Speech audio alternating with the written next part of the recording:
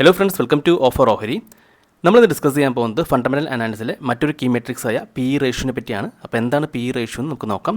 P ratio എന്ന് പറഞ്ഞാൽ price to earning ratio ആണ്. അപ്പോൾ ഇതൊരു ഫിനാൻഷ്യൽ മെട്രിക്സ് ആണ്. അപ്പോൾ നമ്മളിത് യൂസ് ചെയ്യുന്നത് കമ്പനിയുടെ സ്റ്റോക്ക് വാല്യൂ ഇവാലുവേറ്റ് ചെയ്യാൻ വേണ്ടിയാണ്. ഓക്കെ, അപ്പോൾ ഇതിൻ്റെ കാൽക്കുലേഷൻ വരുന്നത് current market price divide by earning per share ആണ്. ഓക്കെ, അപ്പോൾ ഇതുകൊണ്ട് ഉദ്ദേശിക്കുന്നത് എന്താണെന്ന് വെച്ച് കഴിഞ്ഞാൽ ആ ഒരു ഷെയറിൽ നിന്ന് ₹1 കിട്ടാൻ വേണ്ടി ആ ഒരു ഇൻവെസ്റ്റേഴ്സ് എത്ര രൂപ മുടക്കണം, അതിനെയാണ് ഇത് സൂചിപ്പിക്കുന്നത്. ഓക്കെ, പിന്നെ ഹയർ പി റേഷ്യോ പറയുന്നത് ആ ഒരു സ്റ്റോക്ക് നല്ല എക്സ്പെൻസീവാണ് അതിൻ്റെ ഏണിംഗ് കമ്പയർ ചെയ്യുമ്പോൾ. മാത്രമല്ല അത് ഇൻഡിക്കേറ്റ് ചെയ്യുന്നത് ഹൈ ഗ്രോത്ത് എക്സ്പെക്റ്റേഷനാണ്. അതുപോലെ തന്നെ ലോവർ പി റേഷ്യോ ആണെങ്കിൽ ഒരു സ്റ്റോക്സ് അണ്ടർ വാല്യൂഡ് ആണ്, ഒരു ലോവർ ഗ്രോത്ത് ആയിരിക്കും ഫ്യൂച്ചറിൽ എക്സ്പെക്റ്റ് ചെയ്യുന്നത്. അതുകൊണ്ടാണ് ആ ഒരു പി റേഷ്യോ ലോവറായിട്ട് കാണുന്നത്. ഓക്കെ, അപ്പോൾ നമ്മൾ പി റേഷ്യോ കിട്ടിക്കഴിഞ്ഞാൽ നമ്മൾ ആ ഒരു സെയിം സെക്ടറിലുള്ള മറ്റു സ്റ്റോക്സുകളായിട്ട് കമ്പയർ ചെയ്യണം. എന്നാൽ മാത്രമാണ് നമുക്കത് കറക്റ്റായിട്ട് അറിയാൻ സാധിക്കത്തുള്ളൂ. ഇനി നമുക്ക് ഒരു എക്സാമ്പിൾ നോക്കാം. ഇതിപ്പോൾ റിലയൻസിൻ്റെ ഫിനാൻഷ്യൽ റിപ്പോർട്ടാണ്. അപ്പോൾ ഇവിടെ നമുക്ക് സ്റ്റോക്ക് പി എന്ന് കാണാം 23. ഓക്കെ, അതായത് ഈ ഒരു റിലയൻസ് ഇൻഡസ്ട്രീസിൽ നിന്ന് നമുക്ക് ₹1 കിട്ടാനായിട്ട് ഇൻവെസ്റ്റർ ₹23 മുടക്കണം. അതാണ് ഇതുകൊണ്ട് സൂചിപ്പിക്കുന്നത്.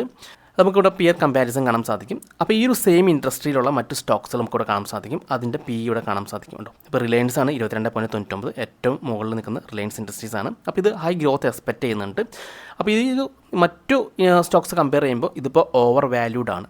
ഓക്കെ, ഇപ്പോൾ IOCL 17.78 ഇത് അണ്ടർ വാല്യൂഡ് ആണ്. അപ്പോൾ ഇത് പറയാൻ കാരണം എന്ന് വെച്ച് കഴിഞ്ഞാൽ നമുക്ക് ഇപ്പോൾ 7 സ്റ്റോക്സുകളാണ് ഇവിടെ വന്നിട്ടുള്ളത്. അപ്പോൾ ഇതിൻ്റെയൊക്കെ ഒരു ആവറേജ് നോക്കിയപ്പോൾ 18.33 കാണുന്നത് പി റേഷ്യോ. ഓക്കെ, അപ്പോൾ ഈ 18.33 മുകളിലുള്ള ഒരു പി റേഷ്യോ ഉള്ള സ്റ്റോക്സുകൾ ഈ ഇൻഡസ്ട്രിയിലുള്ളത് ഒക്കെ ഓവർ വാല്യൂഡും 18.33 താഴെയുള്ള സ്റ്റോക്സുകൾ അണ്ടർ വാല്യൂഡ് ആണ്. അപ്പോൾ നമ്മളിങ്ങനെ വരുമ്പോൾ എപ്പോഴാണ് റിലയൻസ് ഇൻഡസ്ട്രീസ് ഇനി ഒരു 18 ലെവൽസിലൊക്കെ വരുന്നത്, ആ സമയത്ത് നമുക്ക് ബൈ എടുക്കാൻ നല്ലതായിരിക്കും. ഓക്കെ, അതുപോലെ തന്നെ ഈ ഒരു സ്റ്റോക്സുകൾ ബാക്കി ഇപ്പോൾ BPCL 7.92 ഉള്ളൂ. അപ്പോൾ ഒരു BPCLൻ്റെ ഗ്രോത്ത് അത്ര വലിയ ഗ്രോത്ത് എക്സ്പെക്റ്റ് ചെയ്യുന്നില്ല ഫ്യൂച്ചറിൽ. അതുകൊണ്ടാണ് ഇതിൻ്റെ പി റേഷ്യോ കുറഞ്ഞ് കാണുന്നത്. അപ്പോൾ നമുക്ക് നല്ല രീതിയിലുള്ള പി റേഷ്യോ ഉള്ള സ്റ്റോക്സുകൾ നമ്മൾ വാച്ച് ലിസ്റ്റിൽ ആഡ് ചെയ്ത് എപ്പോഴാണ് അതിൻ്റെ പി റേഷ്യോ കുറഞ്ഞ് ഈ ഒരു മീഡിയൻ പി റേഷ്യോയിൽ വരുന്നത്, ആ സമയത്ത് ബൈ ചെയ്യുന്നത് നല്ലതായിരിക്കും.